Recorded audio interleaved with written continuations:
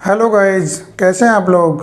आज मैं आपको इस वीडियो में बताने जा रहा हूँ डायरेक्ट और इनडायरेक्ट में काम में आने वाले टेंस के परिवर्तन संबंधी एक टेबल्स हैं। यदि आपने चैनल को सब्सक्राइब नहीं किया है तो प्लीज़ चैनल को सब्सक्राइब करें और शुरू करते हैं आज का वीडियो। और ये वीडियो आपका संबंधित किससे है? Change of tense.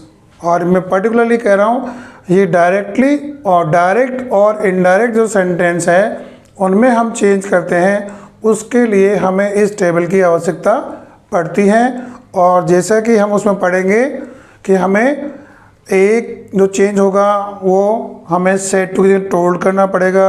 जो दूसरा है वह वाक्य को जोड़ने वाला कनेक्टिव काम आएगा। तीसरा जो परिवर्तन है वो है प्रोनाउन या पर्सन संबंधी चेंजेज आएंगे। और जो चौथा परिवर्तन है वो परिवर्तन आपका टेंस संबंधी है। तो उस चौथे परिवर्तन को आपको पक्का करने के लिए मैं आपके सामने यह टेबल दे रहा हूँ कि जब भी आपको टेंस का परिवर्तन करना पड़े उस टेंस में कैसे और क्या बदलाव आप करेंगे वो इस टेबल की सहायता से कर सकते हैं। आगे हम आपको एक इम्पॉर्टेंट चीज़ बताना चाह रहे हैं कि ये टेंस का परिवर्तन तब ही होता है जब आपकी रिपोर्टिंग वर्ब पास्ट टेंस में हो। अर्थात जो कोटेशन से जो बाहर वाला वाक्य है वो रिपोर्टिंग वर्ब कहलाता है और वह यदि पास्ट टेंस में है तब ही इन टेंस के बदलाव होंगे, अन्यथा नहीं होंगे। यदि आपको ये कन्फर्म हो गया चेंज करने हैं अपने को, तो ये चेंज कैसे होंगे उसके बारे में हम आपको अभी लिए चलते हैं। तो ये कौन से टेंस चेंज देखते हैं? हम देखते हैं कि उन वाक्यों में आपको मिलेंगे प्रेजेंट इंडेफिनिट मिलेंगे, प्रेजेंट कंटिन्यूस मिलेंगे, प्रेजेंट परफेक्ट मिलेंगे या प्रेजेंट परफेक्ट कंटिन्यूस टेंस मिलेंगे। तो बहुत आसान है आपके लिए कि जब प्रेजेंट इंडेफिनिट हो तो उसे हम पास्ट इंडेफिनिट में बदल देंगे। ऐसे ही प्रेजेंट कंटिन्यूस है तो पास्ट कंटिन्यूस में उस टेंस को बदल देंगे। उसी तरह से प्रेजेंट परफेक्ट में है तो पास्ट परफेक्ट में बदल जाएगा वाक्य। और अंत में वैसे ही प्रेजेंट परफेक्ट कंटिन्यूस में है तो वाक्य किस में बदल जाएगा? Past perfect continuous. ये हमने बताया कि टेंस के नाम पे आधारित हैं। यदि आपको टेंस की रचना आती है, उनका सूत्र मालूम है, तो आप प्रेजेंट से पास्ट में टेंस को बदल सकते हैं। यदि ये नहीं भी याद है तो आपके फ़ायदे के लिए हमने इसका एक और तरीका दिया है, उसको भी हम देख लेते हैं कि जो प्रेजेंट सिंपल टेंस है उसमें वर्ब की फर्स्ट फॉर्म होती है। जब आपको बदलना है तो आप क्या करेंगे? आप वर्ब की फर्स्ट फॉर्म को सेकंड में बदल दीजिए, इतना ही करना आपको। ऐसे दूसरा है कि वहाँ इज एम आर यदि लिखा हुआ है तो आप इसमें किस में बदल देंगे? वॉज या वर में बदल देंगे, इतना ही है। टेंस आपको नाम याद रहें या नहीं रहें, उसकी रचना का सूत्र आपको मालूम है या नहीं है, केवल आप इतना देखिए कि जिसमें इज एम आर लिखा है तो वहाँ आपको क्या करना है? वॉज और वर। वॉज आता है एक वचन में, वर आता है बहुवचन में। ऐसे ही इज एक वचन में है, आर बहुवचन में है और एम आता है आई के लिए। दो टेंस हो गए। तीसरा है हैज और हैव। हैज और हैव यदि याद नहीं है कि प्रेजेंट परफेक्ट है तो भी आपका काम चलेगा और इसे आपको हैज हैव के स्थान पर केवल हैड शब्द लिखना है, ये पास्ट परफेक्ट में चला जाएगा। ऐसे ही हैज़ बीन या हैव बीन आते हैं तो इनके स्थान पर आपको वाक्य में क्या लिखना है?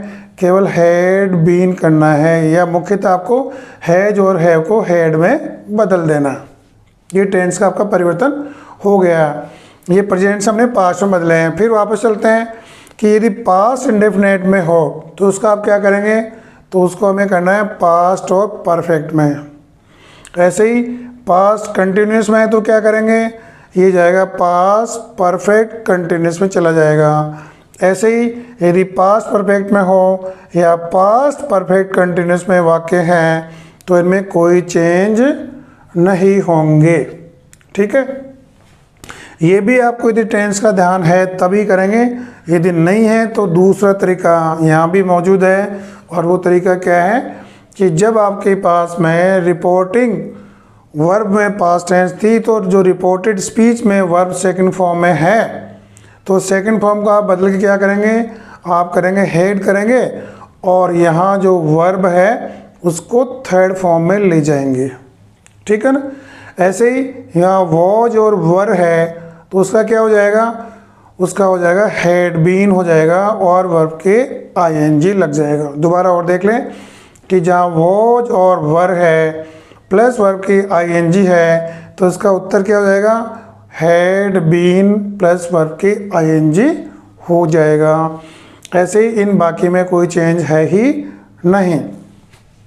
इसके अलावा और हम चलते हैं, कुछ मॉडल्स शब्द हैं, जैसे कैन है, कैन आए तो क्या करेंगे आप, कुड में बदलेंगे।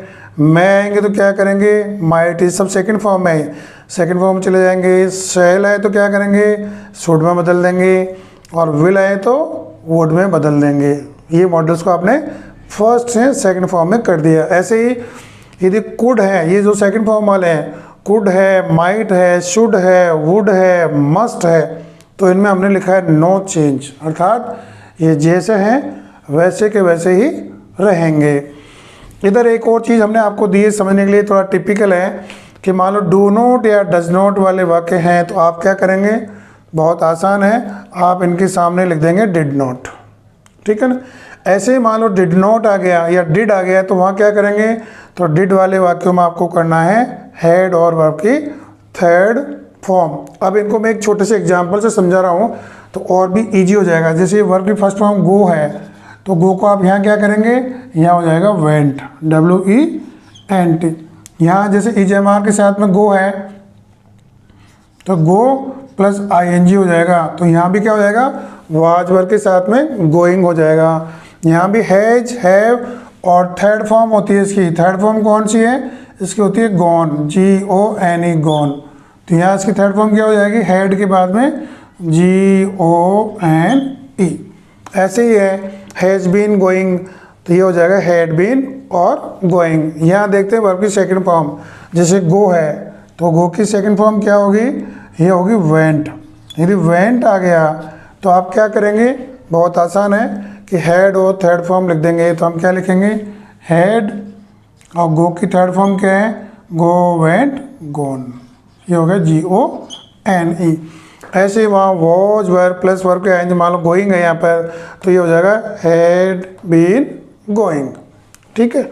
यहाँ भी हम देख लेते हैं एक बार नीचे कि सपोज करो कैन है, कैन के बाद में गो है, तो ये क्या हो जाएगा, ये कुड गो हो जाएगा, कुड गो। अब हमें गो की फॉर्म को नहीं बदलना है, हमने पहले ही कैन को कुड में बदल दिया है। ऐसे ही मे गो है तो माइट गो, शैल गो तो शुड गो, विल गो तो वुड गो। ऐसे यहाँ कुड और गो तो कुड गो ही रहेगा, माइट गो तो माइट गो ही रहेगा, इनमें कोई बदलाव नहीं होगा। यहाँ एक और देखते हैं डू नॉट गो, तो डू नॉट गो आएगा तो क्या करेंगे आप, इसका हो जाएगा डिड नॉट गो। फिर ये डिड आ गया और यहाँ डिड के बाद में गो आ गया, तो उसको आप क्या करेंगे, तो उसका हो जाएगा हैड, और वर्ब की थर्ड फॉर्म क्या आएगी, गो की गोन आ जाएगी, तो ये हो जाएगा हैड और गोन। इस प्रकार से आप इन टेंस को इस टेबल की सहायता से बदल सकते हैं। मैं समझता हूँ आपको ये बहुत अच्छे तरीके से मैंने बता दिया, लेकिन जाते जाते एक बार और फिर मैं रिवीजन कर रहा हूँ उसका, कि यदि आपको ये टेंस के नाम नहीं भी याद रहे तो केवल इस वर्ब की फॉर्म्स आप देख करके ही आप वाक्य को, तो टेंस उसको बदल सकते हैं। बहुत आसान है। वर्ब की फर्स्ट फॉर्म सेकंड फॉर्म है, EJMR का वाज वर्ब हो गया, हैज हैव का हैड में चला गया, हैज बीन या हैव बीन हैड बीन में हो गया। वर्ब की सेकंड फॉर्म है तो ही चली जाती है हैड, और वर्ब की थर्ड फॉर्म में चली जाती है। वाज वर्ब यदि वाक्य में है तो उसका हो जाता है हैड बीन। इतना ही मोटा मोटा आपको 8-10 याद करना है। नीचे मॉडल्स दे रखे हैं, तो मॉडल फर्स्ट फॉर्म में है तो सेकंड में चले जाएंगे, जैसे कैन का कुड हो गया, मे का माइट हो गया, शैल का शुड हो गया, विल का वुड हो गया। और जो सेकंड फॉर्म में पहले से ही है तो उनको हम बदलते नहीं हैं, वैसे के वैसे ही रहते हैं। जैसे कुड का कुड रहेगा, माइट का माइट, शुड का शुड, वुड का वुड, और मस्ट का मस्ट। और इस कड़ी में एक जो अंत में है वो है कि डू नॉट या डज नॉट आए तो डिड नॉट में चले जाते हैं। या डिड आता है तो किस में चला जाएगा, चूँकि डिड सेकंड फॉर्म है, ये हैड और वर्ब की थर्ड फॉर्म में चला जाएगा। तो इस प्रकार से गाइज आपके सामने जो सेंटेंस में चौथा जो बदलाव है टेंस संबंधी वो आप इस टेबल की सहायता से आसानी से कर सकते हैं। आपको बहुत बहुत धन्यवाद। और यदि आपको वीडियो पसंद आए तो ज़रूर उसको लाइक करें, शेयर करें और सब्सक्राइब नहीं किया तो सब्सक्राइब भी करें। मिलते हैं आपसे अगले वीडियो में, जब तक गुड बाय, थैंक यू।